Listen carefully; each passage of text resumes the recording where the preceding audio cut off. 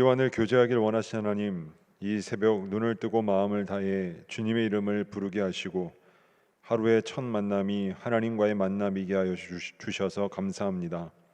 이 시간이 하루의 삶의 아름다운 출발점이 되게 하여 주옵소서.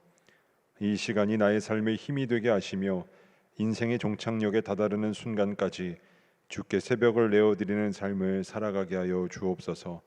예수님의 이름으로 기도드립니다. 아멘. 우리 찬송가 542장 찬송하겠습니다.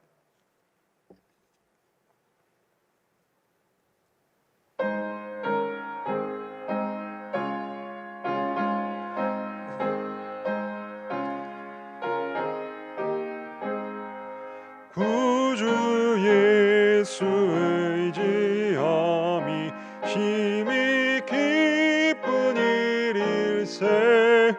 영생 허락 받았으니 의심 아주 없도다. 예수 믿는 것은 받은 증거 많도다. 예수 귀한 예수 믿음 더욱 주소서. 구주 예수 의지함이 심히 기쁜 일일세. 주를 믿는 나의 마음 그의 피에 적시네. 예수 믿는 것은 받은 증거 많도다. 예수 귀한 예수 믿음 더욱 주소서. 구주 예수 의지하여 죄악 벗어버리니 안위 받고 영생함을 주께 모두 얻었네. 예수 믿는 것은 받은 증거 많도다. 예수 귀한 예수 믿음 더욱 주소서. 구주 예수 의지하여 구원함을 얻었네. 영원 무궁지나도록 주여 함께 하소서. 예수 믿는 것은 받은 증거 많도다. 예수 귀한 예수 믿음 더욱 주소서. 아멘. 오늘 우리에게 주시는 말씀은 사사기 6장 25절에서 32절 말씀입니다. 구약 370에서 371면, 생명의 삶은 96면에서 97면에 있습니다. 이제 하나님의 말씀을 봉독합니다. 그날 밤에 여호와께서 기드온에게 이르시되 내 아버지에게 있는 수소 곧 7년 된 둘째 수소를 끌어오고 내 아버지에게 있는 바알의 제단을 헐며 그 곁에 아세라상을 찍고 또 이 산성 꼭대기에 내 하나님 여호와를 위하여 규례대로 한 제단을 쌓고 그 둘째 수소를 잡아 내가 찍은 아세라 나무로 번제를 드릴지니라 하시니라. 이에 기드온이 종 10사람을 데리고 여호와께서 그에게 말씀하신 대로 행하되 그의 아버지의 가문과 그 성읍 사람들을 두려워하므로 이 일을 감히 낮에 행하지 못하고 밤에 행하니라. 그 성읍 사람들이 아침에 일찍이 일어나 본즉 바알의 제단이 파괴되었으며 그 곁에 아세라가 찍혔고 새로 쌓은 제단 위에 그 둘째 수소를 드렸는지라. 서로 물어 이르되 이것이 누구의 소행인가 하고 그들이 캐어 물은 후에 이르되 요아스의 아들 기드온이 이를 행하였도다 하고 성읍 사람들이 요아스에게 이르되 내 아들을 끌어내라. 그는 당연히 죽을지니 이는 바알의 제단을 파괴하고 그 곁에 아세라를 찍었음이니라 하니 요아스가 자기를 둘러선 모든 자에게 이르되 너희가 바알을 위하여 다투느냐 너희가 바알을 구원하겠느냐 그를 위하여 다투는 자는 아침까지 죽임을 당하리라. 바알이 과연 신일진데 그의 제단을 파괴하였은즉 그가 자신을 위해 다툴 것이니라 하니라. 그날에 기드온을 여룹바알이라 불렀으니 이는 그가 바알의 제단을 파괴하였으므로 바알이 그와 더불어 다툴 것이라 함이었더라. 아멘. 이 말씀은 살아계신 하나님의 말씀입니다. 오늘 이 새벽에도 엎드림 새벽 기도회 자리에 나오신 성도 여러분들을 주님의 이름으로 환영하고 축복합니다. 오늘 본문에 보면 미디안 사람들이 두려워 몰래 숨어서 밀을 타작하던 기드온이 하나님으로부터 지금 자기 능력 밖의 일을 요구받습니다. 기드온에게 내리신 첫 번째 명령은 기드온의 아버지에게 있는 바알의 제단을 헐며 그 곁에 있는 아세라 상을 찍으라는 것입니다. 이 바알의 단이 기드온의 아버지였던 요아스의 개인의 단이라고 보기는 어렵습니다. 28절 이하의 단이 파괴되었을 때 마을 사람들이 기드온을 죽이려고 한 것을 보면 아마 이 단은 공동체의 단으로 사용되었던 것 같습니다. 만약 그렇다면 이 바알의 단을 관리하는 일을 요아스가 했을 것입니다. 이 바알의 단이 공동체의 단이었다면 그 크기도 상당하였을 것입니다. 따라서 큰 단을 헌다는 것은 혼자서 하기에는 불가능한 일입니다. 여러 명의 도움을 받아야 했을 것입니다. 실제로 기드온은 이 일을 10명의 도움을 받아 헐었음을 볼 수 있습니다. 마을 전체가 바알과 아세라를 섬기는 상태에서 바알과 아세라 상을 파괴한다는 것은 그야말로 목숨을 내놓아야 할 만큼 위험한 일이었습니다. 이 일로 마을 전체가 쑥대밭이 될 수 있는 상황이었습니다. 기드온에게 내리신 두 번째 명령은 이 산성 꼭대기에 내 하나님 여호와를 위하여 규례대로 한 제단을 쌓으라는 것입니다. 이건 역시 마을 사람들을 자극하는 일이라고 할 수 있습니다. 그 일을 숨어서가 아니라 아무도 보이지 않는 곳에서 하라는 것이 아니라 꼭대기에서 하라는 것입니다.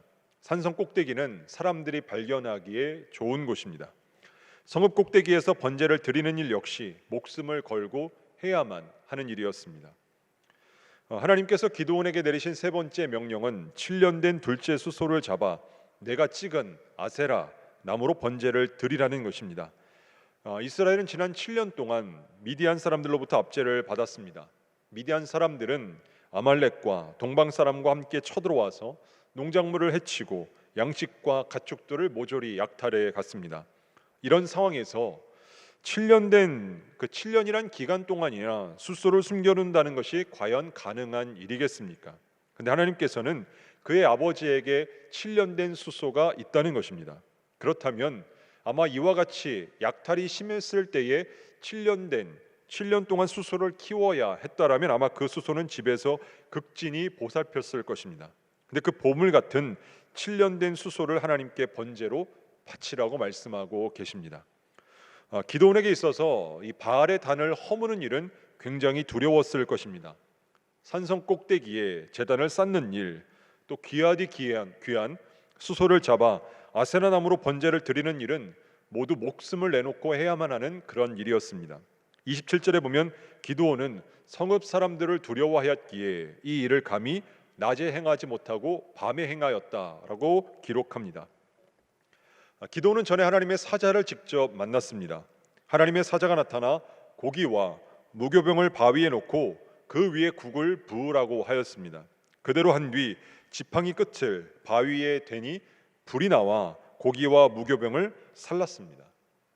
기드온은 그곳에 제단을 쌓고 그곳 이름을 여호와 살롬이라고 불렀습니다. 또한 하나님을 대면하였습니다. 하나님은 기드온에게 세 가지를 요청하였지만 기드온에게 있어서 이 일은 몹시 두려웠던 일이었을 것입니다. 여호와의 사자로부터 희한한 일들을 보게 되었고 또 하나님을 직접 대면하였지만 기드온이 하나님으로부터 명령을 받아 해야 할 일들은 굉장히 두려웠던 일이었습니다. 그런데 기드온이 두려움 속에 이 일을 행한 후 어떠한 일이 벌어지는가? 자신의 목숨이 건진받는 일을 경험하게 되었습니다. 동네 사람들이 사건을 보고서 수소문하여 그 일이 기드온이 행하였다는 것을 알게 되었습니다. 사람들의 반응은 격렬하였습니다. 기드온의 아버지에게 그 아들을 끌어내라고 외칩니다. 반드시 그를 죽여야겠다고 말하였습니다. 이스라엘 백성들이 얼마나 타락했는지 바알과 아세라를 섬기면서 바알의 그 제단을 헐고 아세라를 찍었다고 이렇게 한 자를 죽이라고 하고 있습니다. 완전히 거꾸로 되었습니다. 동네가 발칵 뒤집어졌습니다. 그런데도 정작 기드온은 아무 말 하지 않습니다. 여호와의 사자가 자신에게 나타나서 바알의 단과 아세라 상을 파괴하게 하였다는 말도 하지 못하였습니다. 아마 기드온은 숨은 채 결국 자신의 인생이 여기에서 이렇게 끝나버리게 되었다고 생각하였을 것입니다. 그런데 자신의 인생이 거기서 끝나질 않습니다. 제단을 부수는 일을 통해서 하나님께서 자신의 목숨을 지켜주시는 일을 경험하게 되었습니다. 사랑하는 여러분, 위험할 때 보호하시는 하나님을 만날 수 있게 됩니다. 먹을 것이 없을 때 먹이시고 입히시며 공급하신 하나님을 만날 수 있습니다. 아플 때에만 고쳐주신 하나님을 경험할 수 있고 부족할 때 채워주시는 하나님을 경험할 수 있습니다. 하나님께서는 지금 준비가 되어 있는 기드온을 부르신 것이 아니었습니다. 겁이 많고 두려움에 휩싸여 있던 사람이었습니다. 제 한 몸 가누기도 힘든 사람이었습니다. 그런 사람을 하나님께서는 일꾼으로 쓰시겠다고 부르신 것입니다. 때문에 이러했던 기드온에게는 인생의 고비에서 자신의 목숨을 건져주시고 살려내시는 하나님과의 만남이 필요했습니다. 이러한 경험을 통해 기드온은 하나님께서 어떠한 분이신지 알게 되고 그 하나님을 차츰 의지하게 되었을 것입니다. 기드온에게 있어서 이와 같은 어려움은 하나님을 만날 절호의 찬스였습니다. 어려움은 어려움 자체로 그치지 아니하고 그 어려움을 통해서 하나님을 만나고 하나님을 만날 때 우리의 신앙의 크기가 늘어날 수 있게 됩니다. 체험의 크기만큼 믿음이 커지는 것입니다. 자, 두 번째로 살펴볼 것은 문제는 내부에 있다는 것입니다. 하나님께서 기드온을 불러 이스라엘의 사사로 세우십니다.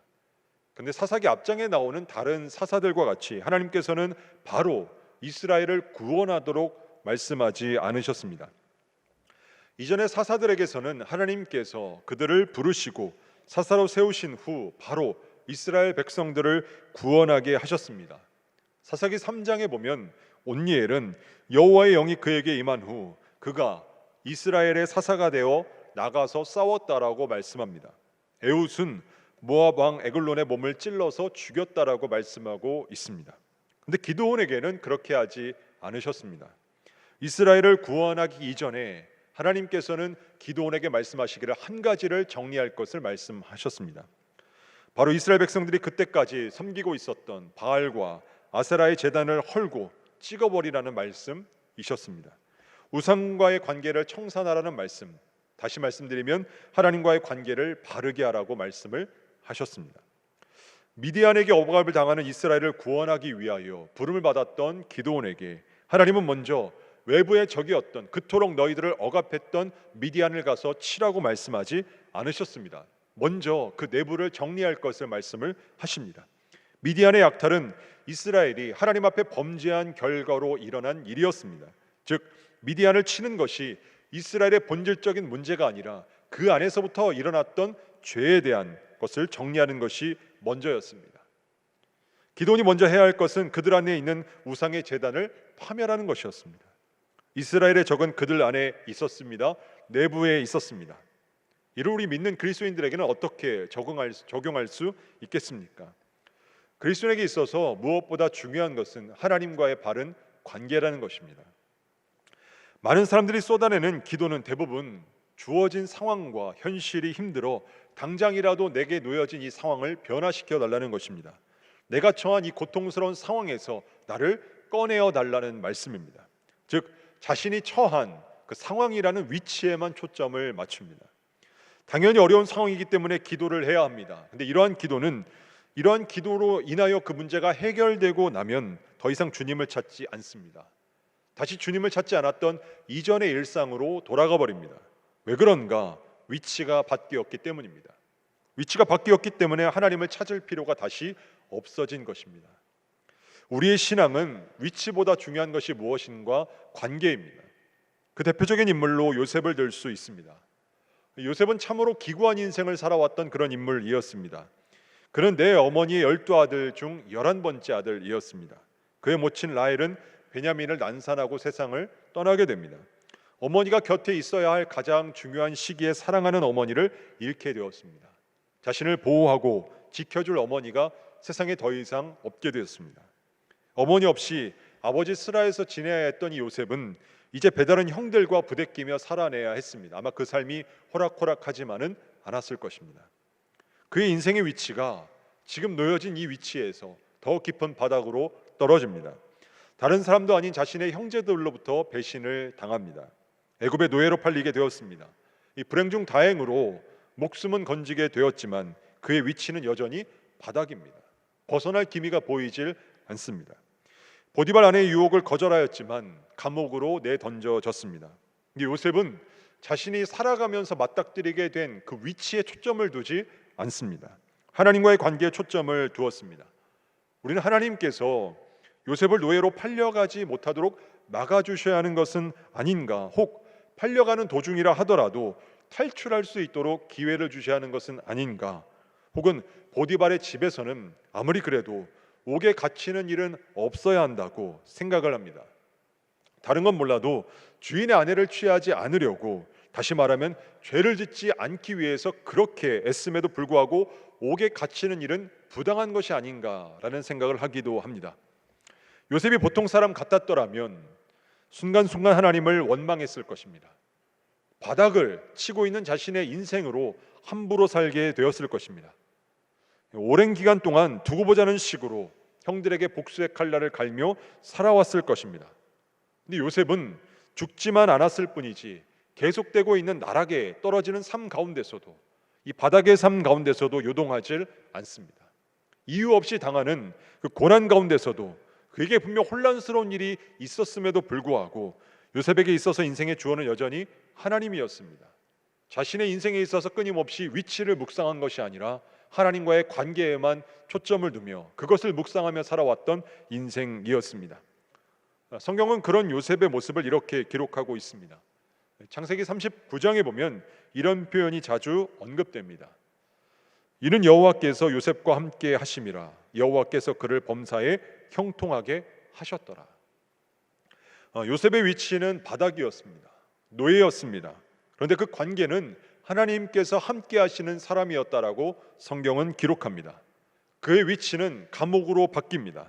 그런데 그의 관계는 여전히 하나님께서 함께 하시는 사람이었다는 겁니다.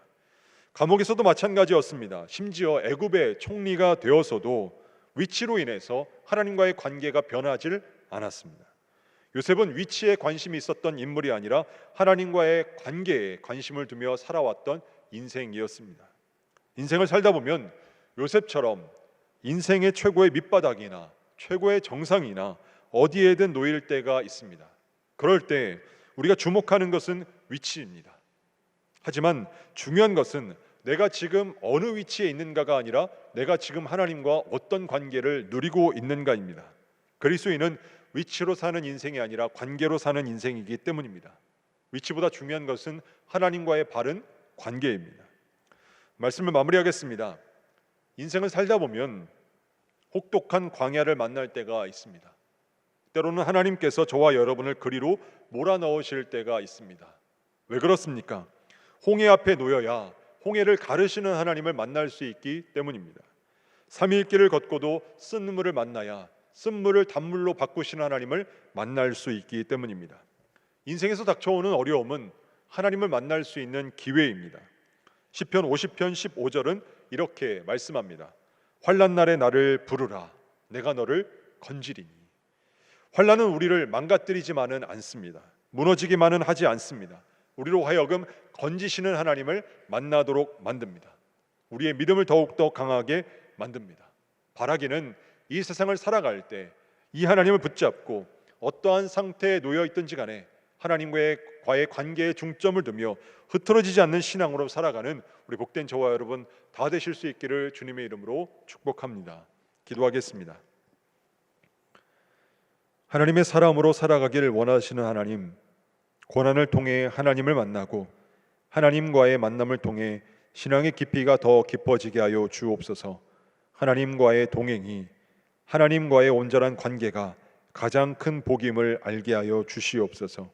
요셉처럼 상황과 관계없이 하나님과의 관계가 늘 한결같게 하옵소서. 고은 원로 목사님, 향방 없이 달려가는 이들의 방향을 하나님께로 고정하게 하는 능력의 종이 되게 하여 주옵소서. 담임 목사님을 통해 죽어가는 이들이 예수 그리스도 안에서 새 생명을 얻게 하시고, 상처 입은 이들이 치유되며 선포하시는 말씀이 방황하는 이들에게 삶의 의미와 목적을 발견하게 하는 희망의 이정표가 되게 하여 주옵소서.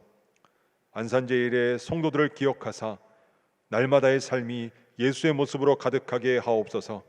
세상의 복을 쫓기보다 은혜를 쫓아가는 인생 되게 하여 주시고, 호미질과 쟁기질을 하면 할수록 부드러워지는 땅과 같이 힘든 중에도 어려운 중에도 유연함을 잃지 않게 하시고, 아무리 생각해봐도 있을 수 없는 일들이 생겨 걷다가도 힘이 빠지고 눈물이 앞을 가릴 때도 희망을 노래하는 하나님의 사람들 되게 하여 주시옵소서. 이 새벽에도 온라인으로 귀한 헌금을 드린 손길이 있습니다. 정성으로 드린 손길을 축복하셔서 저들의 가정과 직장과 사업이 더욱 복을 받게 하여 주시고, 물질의 어려움으로 드리지 못한 이들에게는 물질의 축복을, 믿음이 연약하여 드리지 못한 이들에게는 물질도 결단하여 드리는 믿음을 허락하여 주시옵소서. 이 모든 말씀 예수님의 이름으로 기도드립니다. 아멘. 하늘에 계신 우리 아버지, 아버지의 이름을 거룩하게 하시며 아버지의 나라가 오게 하시며 아버지의 뜻이 하늘에서와 같이 땅에서도 이루어지게 하소서.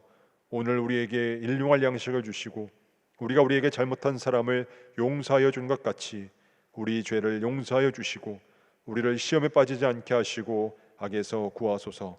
나라와 권능과 영광이 영원히 아버지의 것입니다. 아멘. 우리 시간 기도하실 때 나라와 민족과 교회를 위해, 특별히 코로나의 종식과 오늘 말씀을 놓고 계속해서 기도의 자리로 나아가겠습니다.